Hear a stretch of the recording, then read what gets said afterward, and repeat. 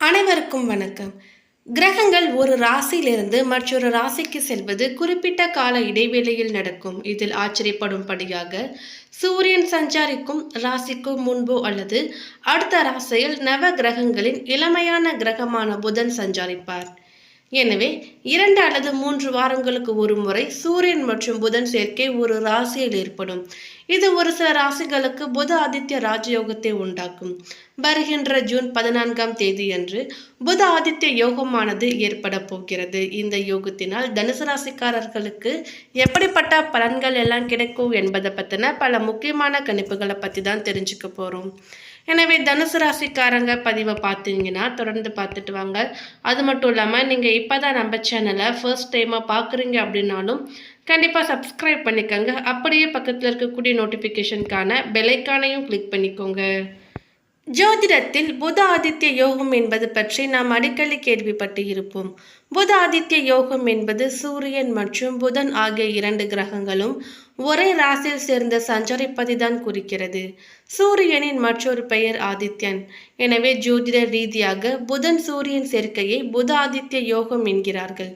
பெரும்பாலும் ஒரு மாதம் ஒரு சில நாட்களாவது சூரியனும் புதனும் சேர்ந்து சஞ்சரிப்பார்கள். எனவே எல்லா மாதங்களிலுமே புத ஆதித்ய யோகமானது ஏற்படும்.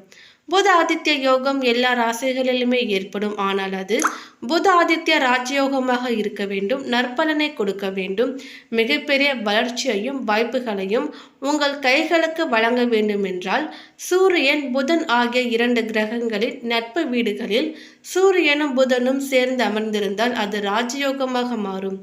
எனவே சூரியன் மற்றும் புதன் சேர்ந்திருந்தாலே அது புதாதிஷ்ட யோகமாக நற்பலன்களை மட்டும் கொடுக்கும் யோகமாக இருக்காது.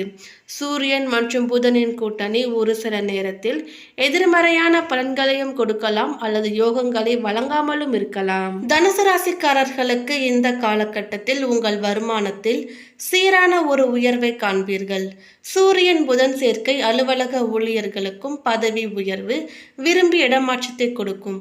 முன்பை விட உடல்நிலையில் முன்னேற்றம் ஏற்படும். பூர்வீக சொத்தை வாங்கி விற்பதன் மூலம் நல்ல வருமானமும் கிடைக்கும். புதன் பெயர்ச்சியானது ஜூன் மாதம் புதன் பகவான் 3 முறை பெயர்ச்சியாகிறார். ஜூன் 1 முதல் 14 வரை ரிஷப ராசியிலும், ஜூன் 15 முதல் 29 வரை மிதுன ராசியில் ஆட்சி பெற்றும், ஜூன் 30 கடக ராசியிலும் சஞ்சரிக்கிறார்.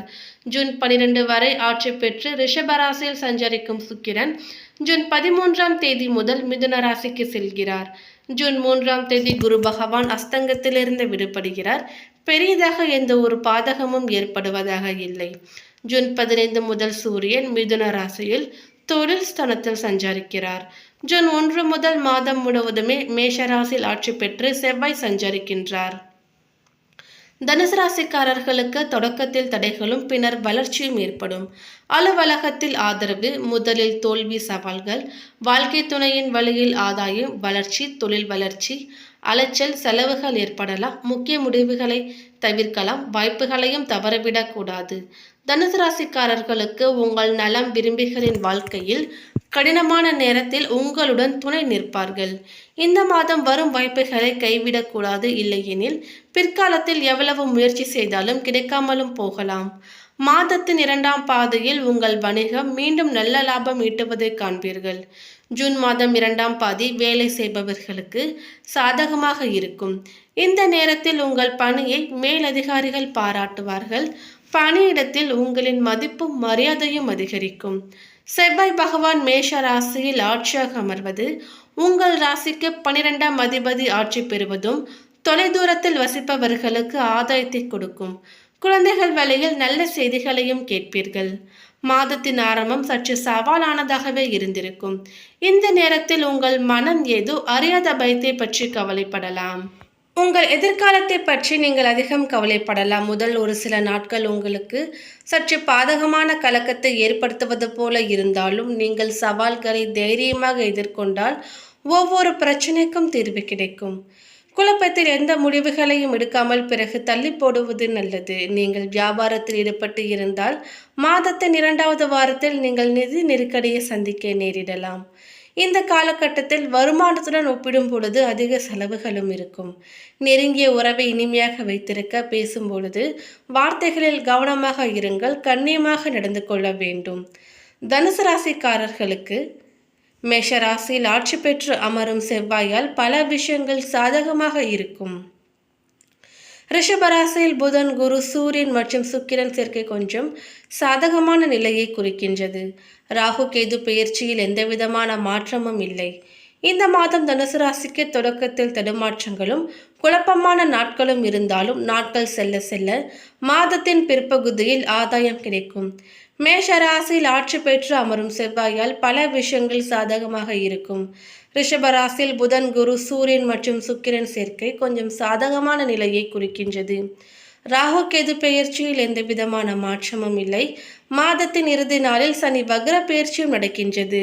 அடுத்ததாக மூலம் நட்சத்திரத்தை சேர்ந்தவர்களுக்கு உங்கள் நிலையில் மாற்றங்கள் உண்டாக்கும் மாதமாக இருக்கும். உங்கள் ராசிநாதன் 6ஆம் இடத்தில் சஞ்சரித்தாலும் அவருடைய பார்வைகளால் செய்து வருகின்ற தொழிலில் ஆதாயம், வேலை வாய்ப்பு, புதிய தொழில் தொடங்கும் முயற்சிகளில் வெற்றி, உத்தியோகத்தில் முன்னேற்றம், வெளிநாட்டு வர்த்தகத்தில் லாபம் என்ற நற்பலன்கள் உண்டாகும். 3ஆம் இடத்தில் சனி சஞ்சரிப்பதால் தடைப்பட்ட முயற்சிகள் எல்லாம் இனி வெற்றியாகும். தைரியமாக செயல்படக்கூடிய நிலையும் ஏற்படும்.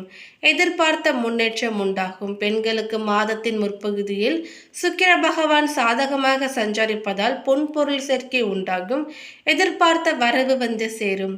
குடும்பத்தில் இருந்த சங்கடம் விலகும். கவனமாக செயல்படுவது நன்மையை அளிக்கும். மாணவர்கள் மேற்படிப்புக்காக மேற்கொள்ளும் முயற்சிகளிலும் வெற்றி பெறுவீர்கள். அடுத்ததாக பூராடம் நட்சத்திரத்தை சேர்ந்தவர்களுக்கு உங்கள் வாழ்க்கையில் உயர்வினை காணும் மாதமாக இருக்கும்.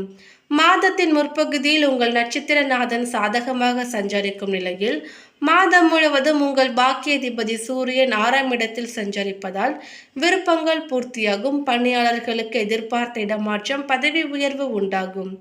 வேலையில் இருந்த பிரச்சனைகள் முடிவிற்கு வரும். புதிய தொழில் தொடங்கும் முயற்சிகளும் வெற்றியாகும். வேலை தேடி வந்தவர்களுக்கு எதிர்பார்த்த தகவல் வரும். பணவரவு அதிகரிக்கும். உடல்நிலை சீராகும். வழக்குகளும் சாதகமாகும். பொன் பொருள் சேர்க்கை ஏற்படும். ஒரு சிலர் புதிய வாகனம் வாங்குவீர்கள். விருப்பங்கள் நிறைவேறும். பெண்களுக்கு குடும்பத்தில் இருந்த சங்கடங்கள் நீங்கும். எண்ணியது நிறைவேறும். விருப்பங்கள் பூர்த்தியாகும். மாணவர்களின் மேற்கல்வி முயற்சிகளும் வெற்றியாகும். அடுத்ததாக பாதம் 1 உத்திராடம் நட்சத்திரத்தை சேர்ந்தவர்களுக்கு உங்கள் நிலையில் உயர்வினை உண்டாக்கும் மாதமாக இருக்கும். உங்கள் நட்சத்திர அதிபதி சூரியன் 6ஆம் இடத்தில் இருப்பதாலும் சனி பகவான் 3ஆம் இடத்தில் சஞ்சரிப்பதால் திட்டமிட்டு செயல்பட்டு லாபம் அடைவீர்கள். நீங்கள் எடுக்கின்ற முயற்சிகள் இனி வெற்றியாகும். இதுவரை இருந்த தடைகள் எல்லாம் விலக ஆரம்பிக்கும்.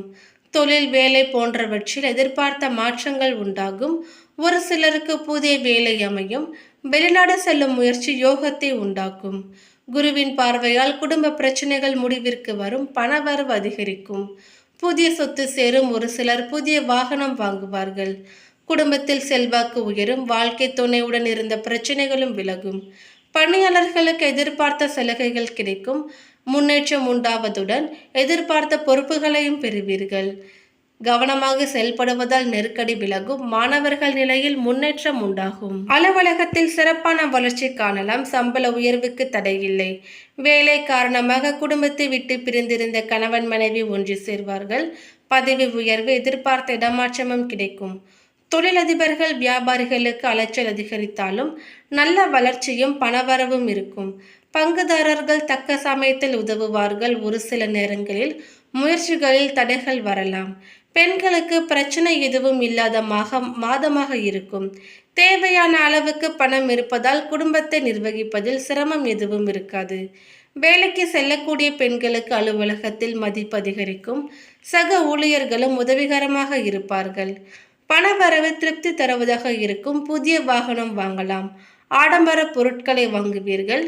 உறவினர்கள் வருகையும் அவர்களால் நன்மைகளும் கிடைக்கும். பொறுமை காப்பது அவசியம். மேலும் பெண்களுக்கு அலுவலகத்தில் மதிப்பு அதிகரிக்கும். சக ஊழியர்களும் உதவிகரமாக இருப்பார்கள். மேலும் பரிகாரமாக தேய்பிரை அஷ்டமியில் பைரவர் வழிபாடும், சனிக்கிழமைகளில் ஆஞ்சநேயருக்கு அர்ச்சனை செய்வதும், ரோகிணி என்று கிருஷ்ணருக்கு நெய் தீபம் ஏற்றி வழிபடுவதும் நல்லது.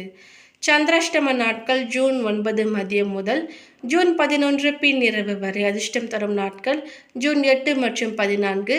அதிர்ஷ்டமான எண்கள் 2 மற்றும் 6.